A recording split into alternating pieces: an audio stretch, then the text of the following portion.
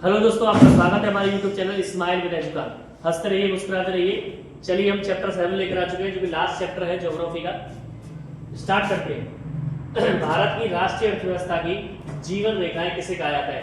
कृषि, उद्योग, परिवहन, संचार, व्यापार या जल संसाधन। Option C is the right answer. तो जब इसी का बेस्ड चैप्टर है तो इसी के बारे में बात आएगी। जीवन रेखाएं कहा जाता है, ऊपर चैप्टर का नाम भी पड़ा हुआ है। परिवहन के कितने प्रमुख साधन है? 2, 3, 4, 5। तो आप जानते हैं 3 साधन है, जल, थल और वायु। तो option B is the right answer. Bharat में सबसे पुराना परिवहन कौन सा है?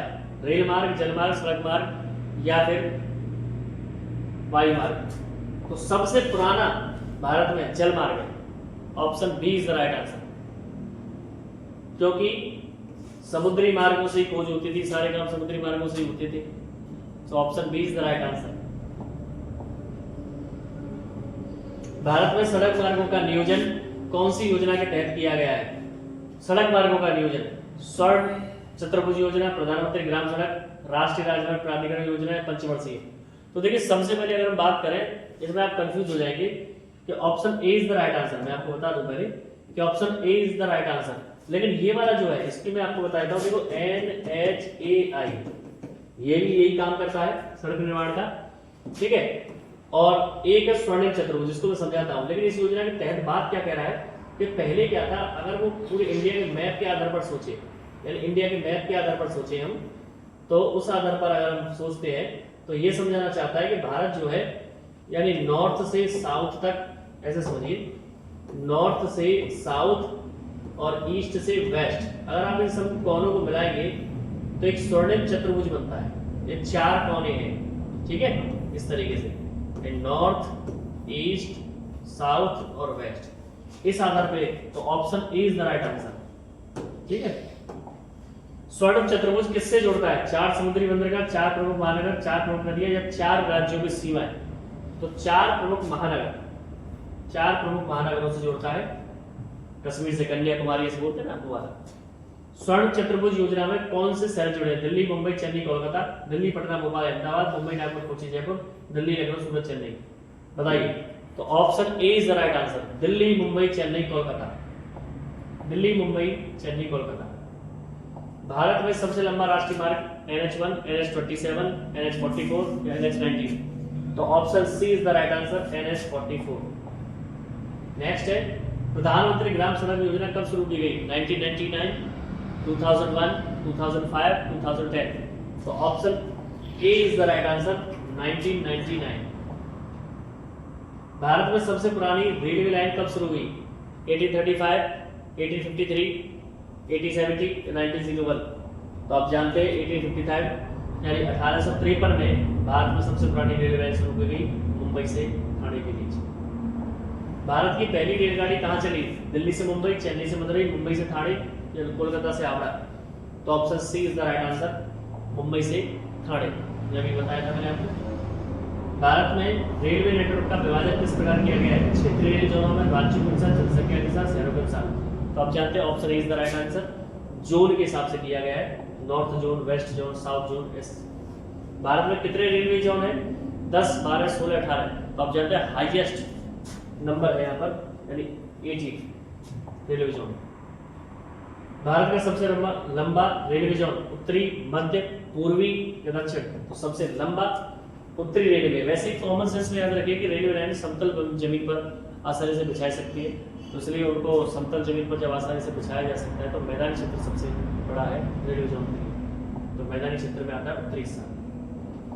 भारत में जल परिवहन के 2 प्रकार है, आंतरिक और बाह्य जल परिवहन, नदियां और समुद्र, सरकारी और निजी या घरेलू अंतरराष्ट्रीय? तो ये है option A is the right answer, आंतरिक और बाह्य जल परिवहन। भारत में जल परिवहन के 2 प्रकार है। राष्ट्रीय जलमार्ग संख्या 1 कहाँ स्थित है? ब्रह्मपुत्र नदी, गंगा नदी, गोदावरी या नर्मदा? बताइए। तो option B is the right answer, Ganga नदी। राष्ट्रीय जलमार्ग संख्या 2 किस नदी पर है? ब्रह्मपुत्र, गंगा, गोदावरी या सरस्वती? तो option A is the right answer, Brahmaputra. Bharat का सबसे बड़ा समुद्री बंदरगाह कौन सा है? कोलकाता, मुंबई, चेन्नई, विशाखापट्टनम? सबसे बड़ा समुद्री बंदरगाह, ध्यान रखिएगा, विशाखापट्टनम, यानी option D is the right answer. Bharat में कितने प्रमुख बंदरगाह हैं? 10, 12, 15, 20। तो आप ध्यान रखिएगा 10, 12, 15, 20 में से option B is the right answer. 12 बंदरगाह है। कितने हैं बंदरगाह? 12। नेक्स्ट है बेटा, मुंबई बंदरगाह किस प्रकार का बंदरगाह है? नेचुरल है या बनाया गया कृत्रिम है, नदी बंदरगाह, झील? तो option A is the right answer. Mumbai बंदरगाह प्राकृतिक बंदरगाह है, प्राचीन समय से यूज किया जा रहा है। कांडला बंदरगाह का निर्माण किस उद्देश्य से किया गया था?